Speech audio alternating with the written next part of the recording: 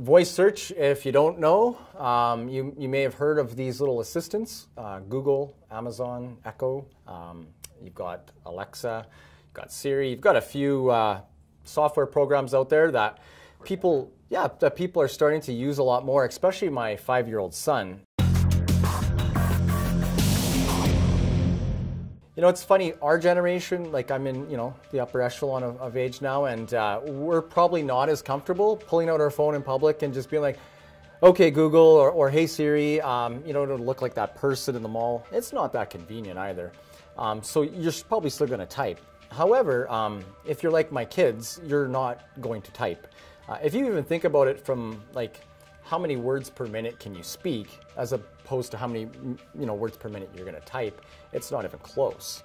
And to use an analogy of like being in the shower and you need more toothpaste, you can easily summon an assistant and have it ordered on Amazon as opposed to drying your hand off and fumbling with your phone. And I don't know how many people are in the shower ordering toothpaste, but just as an example, right? So I think the convenience of it will lead more and more people to it.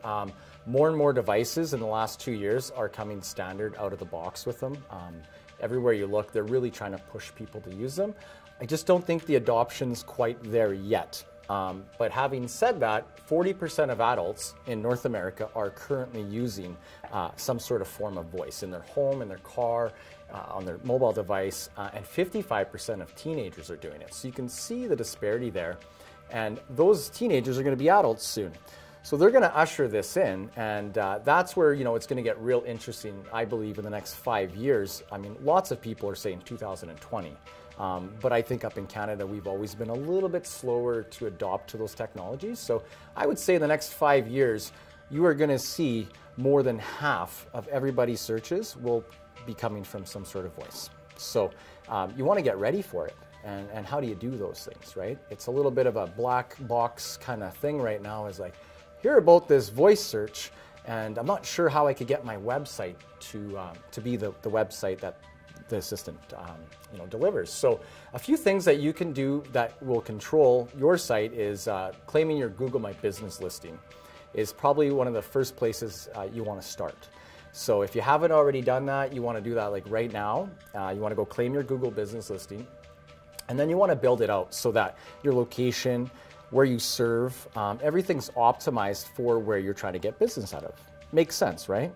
I mean, if you're trying to sell hot tubs in Edmonton, you'd probably want to have some mention of Edmonton or near me or a few of those search terms on your website as well to help support that. So outside of Google My Business listing, which would be an entire whole video on how to optimize it, I'm just going to kind of run over like 5 primary things that you'd want to do to get voice SEO. So Google My Business listing. The second thing you want to do is rich snippets. So if you're familiar with those are the answer boxes that you see on Google. We're calling this position V. It's actually a term deemed by Google. You'll hear more and more of it. You've heard of position 0. It's the answer box.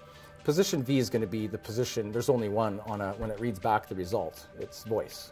So position V will stand for voice. And there's one winner. It's not like Google's going to say, hey, here's a list of 10 pages that returned with your results. They're just going to give you back one. So if you think about that, that's going to be super lucrative. And I think as far as like getting back one result, you'd always want to be that one, right? And so there's a simple way you can do it. It sounds simple, but you just got to do it. And one of those things is marking up your website.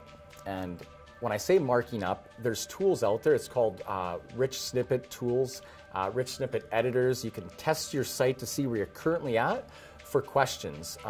There's a piece of software that you can go to and type in your business. So if you're doing video production like you are, you type that in and Answer the Public will deliver you back all the different ways that people would ask questions about your business.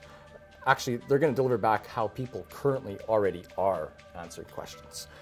So if you think of that, you could take that whole list of questions and you could answer them on an FAQ on your own website. And I would test it. I constantly test it. I pull up my Google Assistant and I'll ask questions about my clients like, hey, Dodge dealer near me? It's not me yet. So I'm like, hey, who is that? And then I will go and start to reverse. How are they? Oh, they just answered that question better. It's better marked up on their site. And so those are the two really big things that you really want to, start with today. Even if it's not adopted today, you got to think about tomorrow.